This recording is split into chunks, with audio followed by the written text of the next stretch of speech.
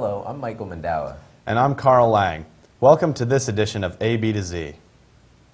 We have a big show on tap, including Boys Lacrosse highlights, profiles of 3 retiring teachers, a Ralphapalooza wrap-up, and a look at the new fad of promposals. Carl, what are you doing?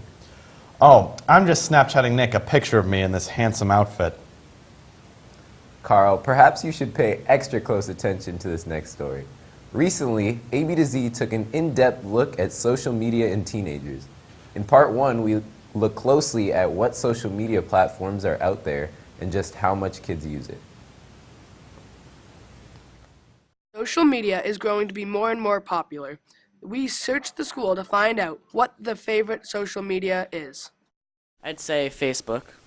Instagram and Twitter. Those are my favorite. Facebook and Instagram. I use Facebook, Instagram, and Twitter. Facebook and Instagram. I have a Snapchat and I have an Instagram. Those are the types that I use. I use Facebook a lot. I really like Facebook. I get to connect with a lot of people. We proceeded to ask students how often they text and how many texts they send a day. I'm not necessarily use texting. I'll sometimes just Snapchat someone. I don't know, like 1 or 2. I don't usually text. I send about 174 texts a day. According to Experian, the average teenager sends about 60 texts a day and receives about the same. Later in the show, we'll have part 2 in our look at social media. How is social media used in school? Some talented AB students were recently recognized for their outstanding work by receiving Scholastic Art Awards. People such as Yanni Chigas now have their artwork featured in Boston. This is a really impressive accomplishment. Here are Haley and Angie with more. This winter, many students at AB entered their artwork in the Boston Globe Scholastic Art Awards. They won various awards, and their artwork was on display in the Boston City Hall through March 28th. These young artists put a lot of work into creating the award-winning artwork. We asked sophomore Yanni Chigas, who submitted a short Lego stop-motion video, how long it took to create his piece. The actual animation only took about 3 weeks, which is pretty short for me. But then but all of the post-production, that took about a month or 2. After finishing their pieces, the students had to enter their works into the competition. The Scholastic Art Awards have changed their competition this past year. Art teacher Liz Mackay told us how the process of entering works now and how it has changed since the last year. Prior to this year, based on the student population, teachers were given an allotment of numbers of works they could submit.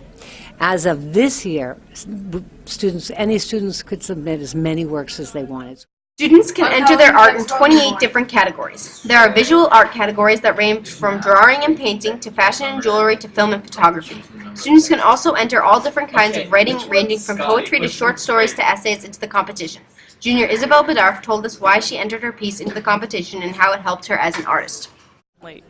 Essentially, it's feedback when you get recognized. So that recognition, I want to look at that as something to say, I can earn something in the future from entering this. Judges have hard work deciding who to give the awards to because they receive so much good work. In the last 5 years, 900,000 pieces have been entered into the competition. Mrs. Mackay, who has been involved in the Scholastic Art Awards for about 30 years, told us how the judging process works. Judging the work is based on technical skill is important, but personal vision and voice of the artist is the significant factor in the judging. Emma Werowinski described the process in more depth. And there's 3 judges, and if one judge says this is amazing, it should get a gold award, which is the highest level, then you get an honorable mention. If 2 say that, then you get a silver key, and if 3 say that, then you get a gold key. Various well-known artists have won Scholastic Art Awards since they began in 1923. Andy Warhol, Sylvia Plath, Truman Capote, Richard Avedon, Robert Redford, Stephen King. Those are just a few of the people over the last 75 years who have gotten awards. Scholastic Art Awards are not the end of these students' careers. Emma Werowinski, a senior, told us about her plans for the future. You're out of career. So next year I'm going to Rhode Island School of Design, and I'm planning on studying either illustration or graphic design as of now. I'm not sure. We also asked Yanni about the future of his film and animating career. I've actually applied to a school in Michigan called Interlochen Center for the Arts. It's a high school, and they offer a film program. So I applied to that, and I was actually accepted, but I'm still... After all their hard work, the students who won awards were invited to an awards ceremony in Boston to see their work on display and to celebrate their accomplishments. We talked to junior Amy Liu about her experience and the ceremony. It's like they had this like whole ceremony where they like explained like the judging process and like celebrated all of like the award winners, and then all of the award winners like went up on stage and like announced their name and like their awards and stuff. And then afterwards we went to the I think it was the City Hall to look at the exhibition, which was like really cool to see all the other people's works. Congratulations to all the winners. This year marks the final year of teaching for 4 outstanding AB teachers. Tonight we are going to look back at 3 of these teachers' storied careers. One teacher, Mr. Oettinger, is the shy type and did not want any attention or even recognition for all that he has done. So we are not going to tell you in detail about his 30-plus years of teaching history, coaching hockey and football, and running the school's work-study program. We will not do that or anything else to draw attention to Mr. Oettinger, as we want to respect his wishes and in no way place the spotlight on him. None. 0.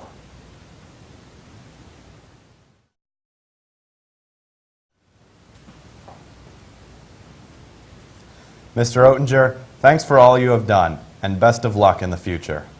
That was nice, Carl. Thank you. Meanwhile, this will also be history teacher Laura Watkins' final year at AB. Here's Carl and CJ with a look back at her historic career here at AB. No pun intended. Mrs. Laura Watkins has been teaching at Acton-Boxborough Regional High School since 1979. We sat down and spoke with her as she reflected on her career and what she would miss most about teaching. The people, the kids especially, because they keep me thinking young and on my toes and alert, and my colleagues, because I just enjoy their intellectual discussions, the debates, the sense of humor. So clearly, those 2 groups. In her time here at AB, Mrs. Watkins has influenced her students and teachers alike. First, we spoke with freshman Colin Lang about his experience in the classroom. It's really cool to have her because she's really like enthusiastic about history, and so she tells all these interesting stories about the stuff we're learning, and it makes it a lot more interesting than just like learning dates and events. We spoke with Miss Courtney Karp about her experience working with Miss Watkins. She's very positive. She's been very encouraging. She is great with her students, and she always likes to go on vacations and bring back things that she has had experiences from on vacation to bring back into her classroom, and I try to follow a lot of those things too. I'm Mama Bear of our department. We then asked Miss Karen Drown about how Miss Watkins has made a lasting impression upon her during her time at AB. Absolutely loves her job. When you watch her teach, you can just see just how much she loves history, how much she loves being a teacher, how much she loves her students. She gets really into the material. I think that I've learned to love history more, and I think I've also loved to really connect with my students and connect with the other teachers because of her. A whole, like a medieval... During her time at AB, Mrs. Laura Watkins succeeded not only in teaching her students, but in enriching them as people. She brought positive energy to them wherever she taught. She will be greatly missed here at AB, and we wish her the best in her retirement. Well, then tell us if you remember. Kind of.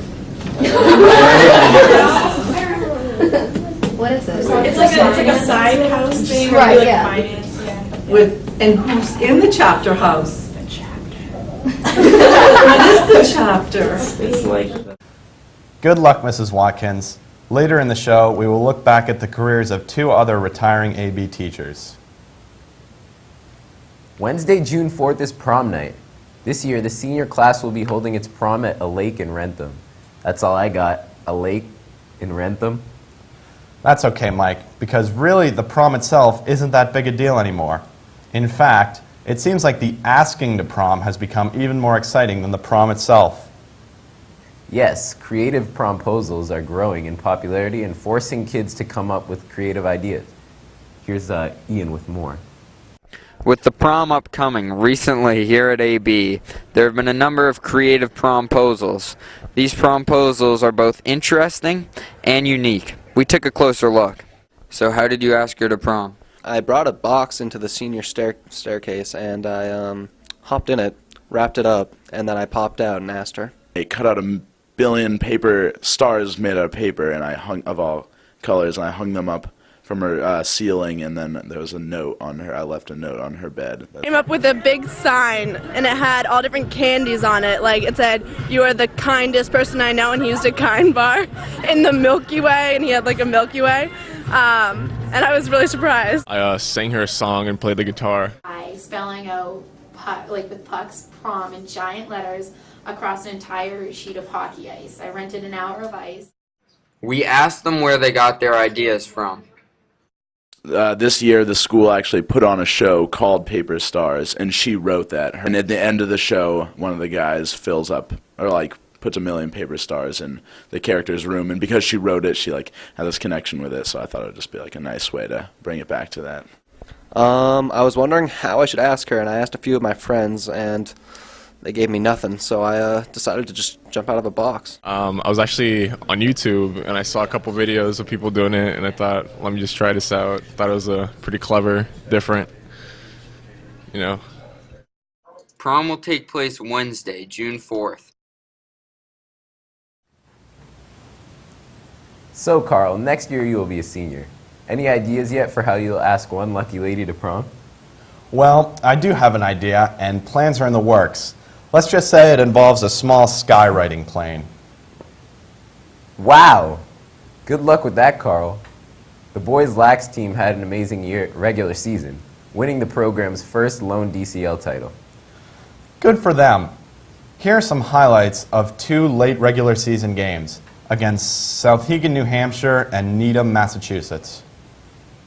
Here we have some non-league play, Acton-Boxborough versus Souhegan. JT Kelly dodges, passes it to Wiggins, Wiggins shoots, and goal. JT Kelly hits a cutting Matt Cotter for another AB goal. Matt Gilligan dodging, hits Joey Biggins who moves it again to Matt Cotter for another goal. Wiggins catches the ball, begins his dodge, beats a man, draws the flag, and a rip top shelf. Hunter catches the ball up top, and boom, top shelf. He pulls back for a shot, and whammy saved by the goalie. JT Kelly dodging behind the net. Oh, but great play by the defender as he strips him. Wiggins works the ball down to Max. Max to Hunter. Hunter begins his dodge, comes around the net. Whammy, that's a goal. McGovern starts his dodge, passes it down, back up top to Joe. Oh, and what a shot.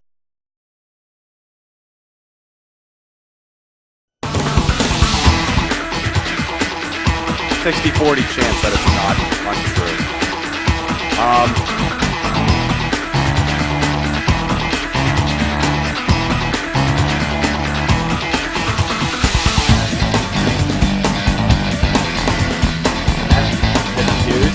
Rips a shot and it goes in the net! Kelly will shoot and it goes in the net!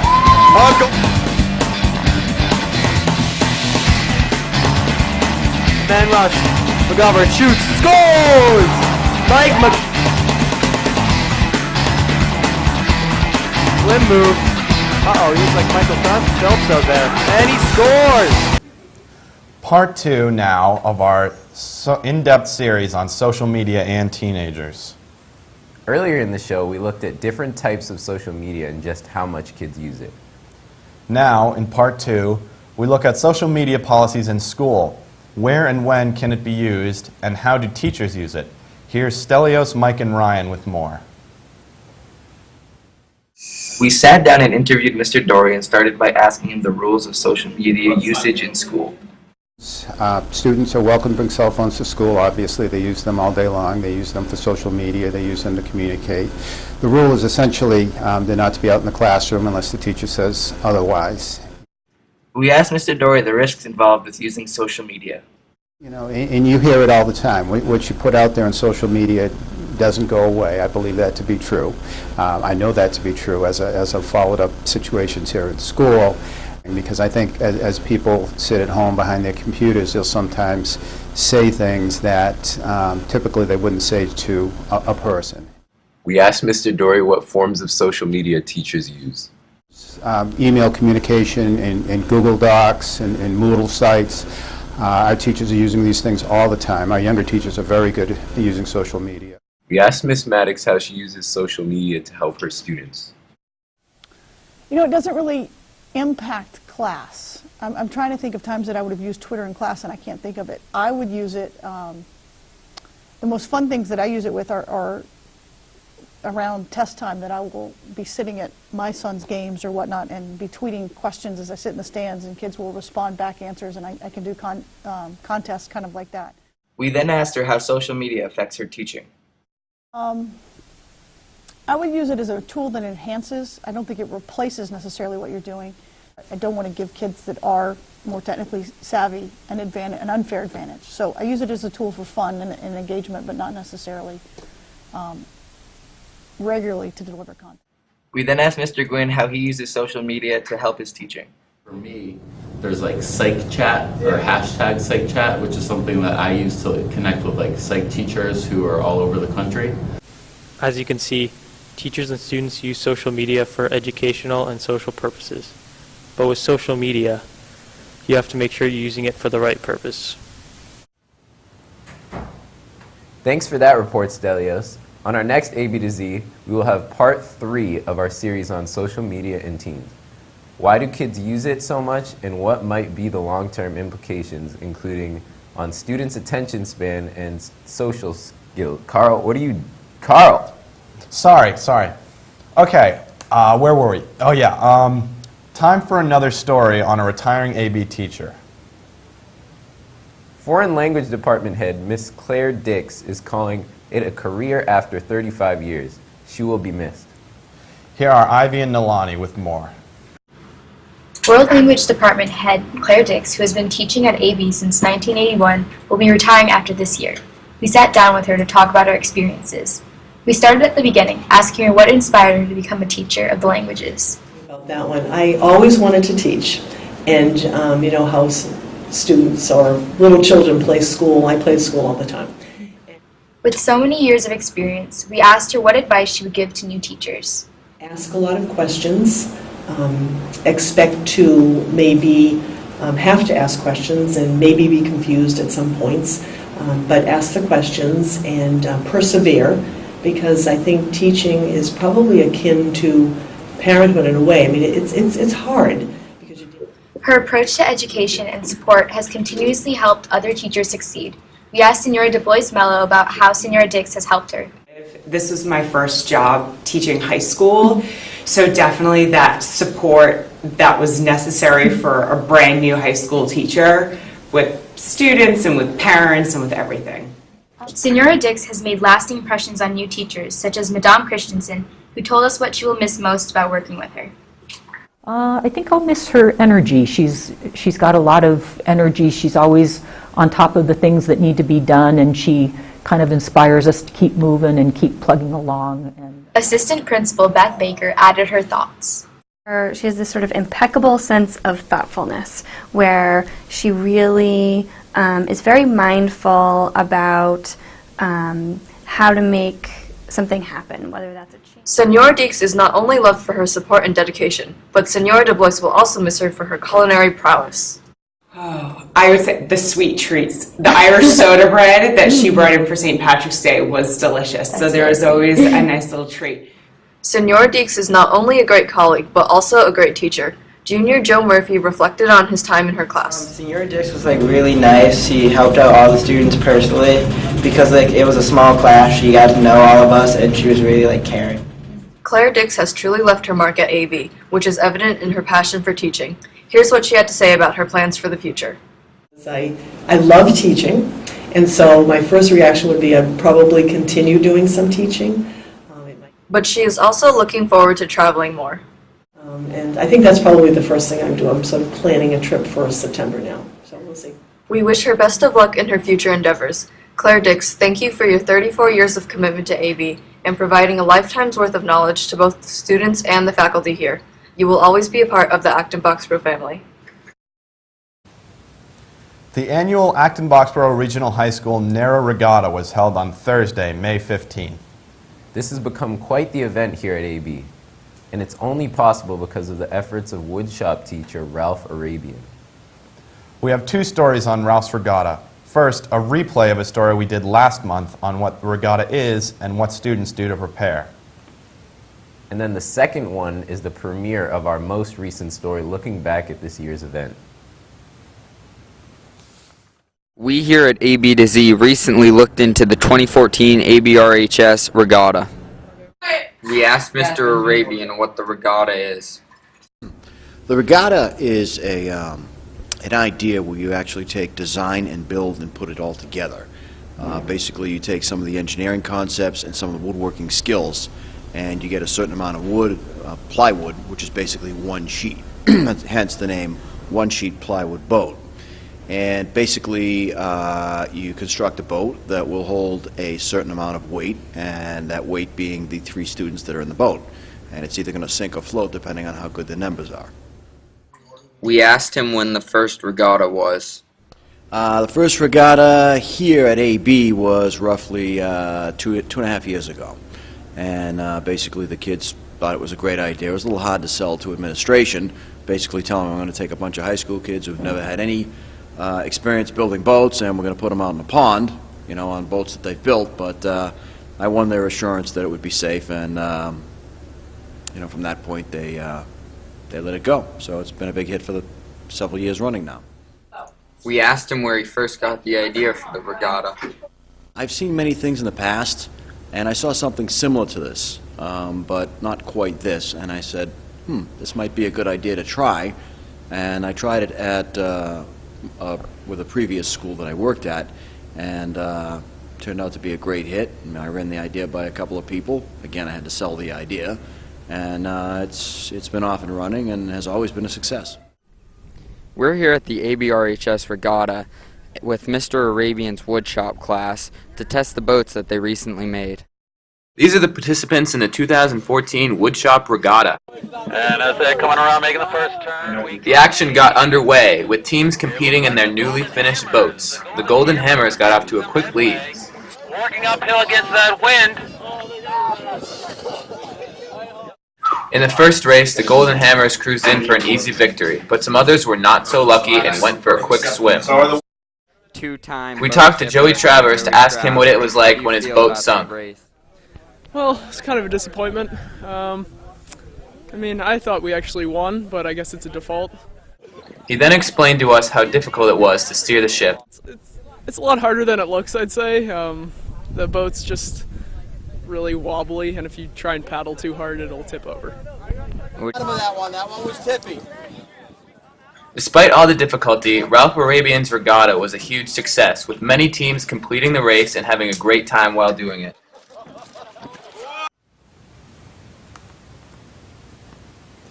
And now our third and final story, looking back at the career of a retiring AB teacher. History teacher and department leader Miss Pam Lynn has been teaching at AB for over 40 years. She began here when some guy named Richard Nixon was president. Wow, that's a long time ago. And now, sadly for us, she is leaving. Here is Christine Davies with a look back at the storied career of Miss Pam Lynn. Pamela Lynn is a very respectable teacher here at AB and has been teaching here for over 40 years. We sat down with her to learn more about her experience teaching at AB. We asked Miss Lynn what her favorite subject to teach is. That's hard to say because I enjoy psychology tremendously, and it's the current activity. But at the time I was teaching Russian history, there was quite a strong feeling in the country about the Soviet Union. And so kids were really, really interested in it, and it was controversial. And that was very intriguing to have to deal with something that caused a great deal of conversation and thought. Miss Lynn started teaching at AB in 1974 and now teaches AP Psychology. We interviewed student Lauren Trimble to learn what Miss Lynn is like during class. Like that how even though it's a large class, I think we have over 55 kids in it, she includes everyone. Her enthusiasm is great. If you have a question, you can ask it, and sometimes she'll ask you to save it for later, but it's all very helpful. We asked Miss Lynn how teaching has changed. It's changed immeasurably. So what used to be most important was how does the teacher stand in front of you? They talk about standing and delivering. And how did that person's planning allow them to do a really good job as the person in charge in the classroom? Miss Lynn also shared what it's like being a department chair. Well, I started being department chair in 1986, and so that also was a rather long time ago, and the expectations were different. But obviously, in some ways, the job is the same. You're concerned about the classroom. But in fact, there's so many things that are different and really important. So as I look back, the most important aspect of what I've done has been the hiring of staff. And we try to locate different types of people. And then when they come to us, we want them to stay. And this is a tricky issue in education because there's a well-known statistic that about half the people who start teaching leave within a few years, that it overwhelms them and they're not supported. And so once we've elected someone, then we try very hard to mentor them. We also talked with Abigail Buffum, a teacher in the history department, to learn more about Miss Lynn from a teacher's perspective. She hired me almost 15 years ago at this point. She's got the big picture in mind. She's very aware of the big picture, not just here at the high school, but in the district and in the town. So she's incredibly aware and knowledgeable and good at not looking at things just through the lens of the social studies department. We concluded by asking Miss Lynn if she had any memorable moments while teaching. So one of the most remarkable events was leading up to the 1976 presidential election. Acton's High School was used as a site for what was called Town Hall. And the leading candidates came here, including the most prestigious newscaster named Walter Cronkite. And so for me and people of my generation and older to have Walter Cronkite sitting in our auditorium listening to people present their political points of view was just unbelievable. And the Secret Service came and camped out in the office opposite the social studies office for quite some time to make sure that the whole building was secured. So the lead up to that was remarkable, you know, little Acton, it gets it, and then to have all these people here. You can clearly see that she loves psychology and what she does, and so that makes me excited to come to class. And I think I'll also remember how it's kind of a leadway into college. Well, that does this school year's penultimate edition of A-B to Z. That means second to last.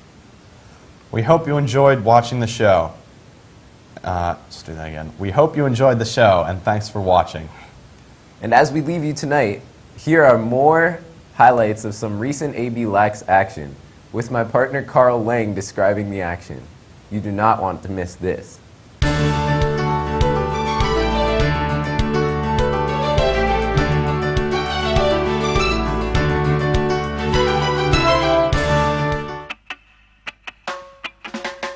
"60-40 chance that it's not untrue.